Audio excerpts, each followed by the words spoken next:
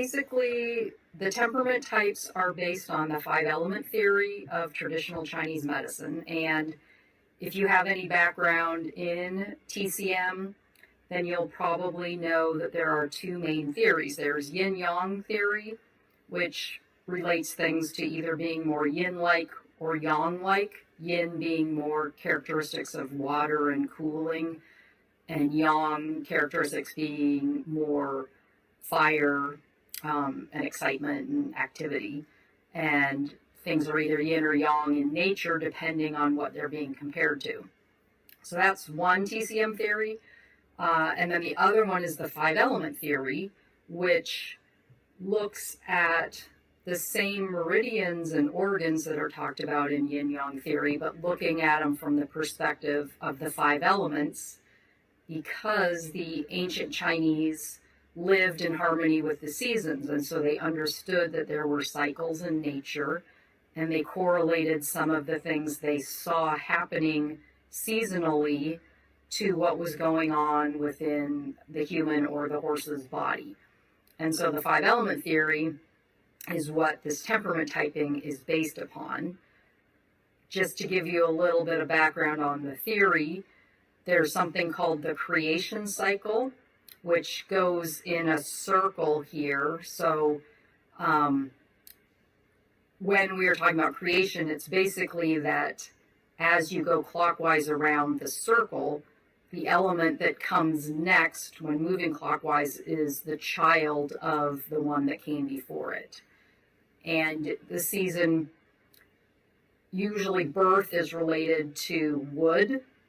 And so then you would say that wood is the mother of fire, fire is the mother of earth, earth's the mother of metal, metal's the mother of water, and water's the mother of wood. And so there's this cycle that goes around seasonally, and we'll talk about that when we go through each of the elements in detail. And essentially, like I said, each element has a season and an emotion and a color and organs related to it. And understanding the five element types can help us better work with our horses, train our horses, if we understand kind of what they need to be supported. And then it's also true that people are different types, and it's not that we need to be the same type as our horse, or we need to be, a complementary type.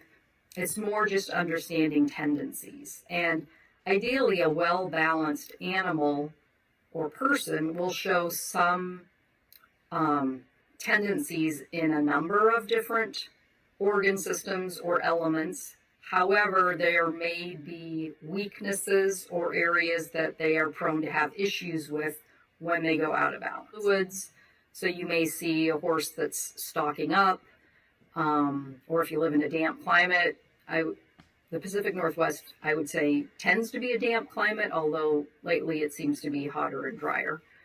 The color that goes with it is brown.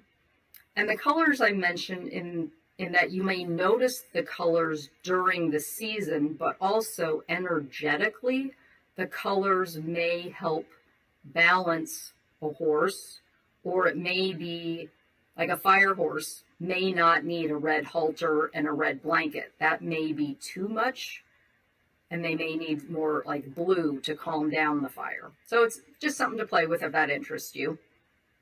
The emotion that goes with the earth element is worry. So earth types tend to internalize things, and they can be worrywarts, or they might overthink things. And the organs related to it are stomach and spleen. So you may see some digestive issues because digestion is the weakness for this element. And it may be that something's been, festering, and then all of a sudden they overreact to something, and you're kind of like, well, where did that come from? Well, they've been internalizing it for a while. They need consistency in training. So these guys are not they don't tend to be super ambitious or necessarily fast, depending on the discipline, but slow and steady kind of wins the race. The motto for the earth horse is let's be a team. So they really like to partner up. They do great with kids. They're pretty easygoing. They're pretty willing. They are easy keepers. They tend to be stocky builds, but they're prone to digestive issues. And when they're out of balance, people might be labeling them as lazy or grouchy or apathetic. But in some cases, it's because they're not feeling appreciated. So they really want to feel like they matter, and they want to be rewarded for the small tries. And obviously, food rewards go a long way when working with these guys. So the Earth horse is basically your quintessential lesson horse. They're very good at it. They're great with kids. They're steady and consistent. You don't ask for too much too fast. So you want to make sure they know what you're asking of them. And you want to add in new things slowly. They do well with a job that requires a partnership and a steadiness. They're safe for kids. They're good beginner horses, husband horses. They really want to be appreciated. So if they're not feeling appreciated is when they might get grouchy or grumpy. And they will definitely work for food. They get stressed by separation from other horses. So they can be herd bound. They like to feel like they belong. They also don't do well if they have too much time between meals. So they do well with, maybe a slow feeder or, having food in front of them all the time.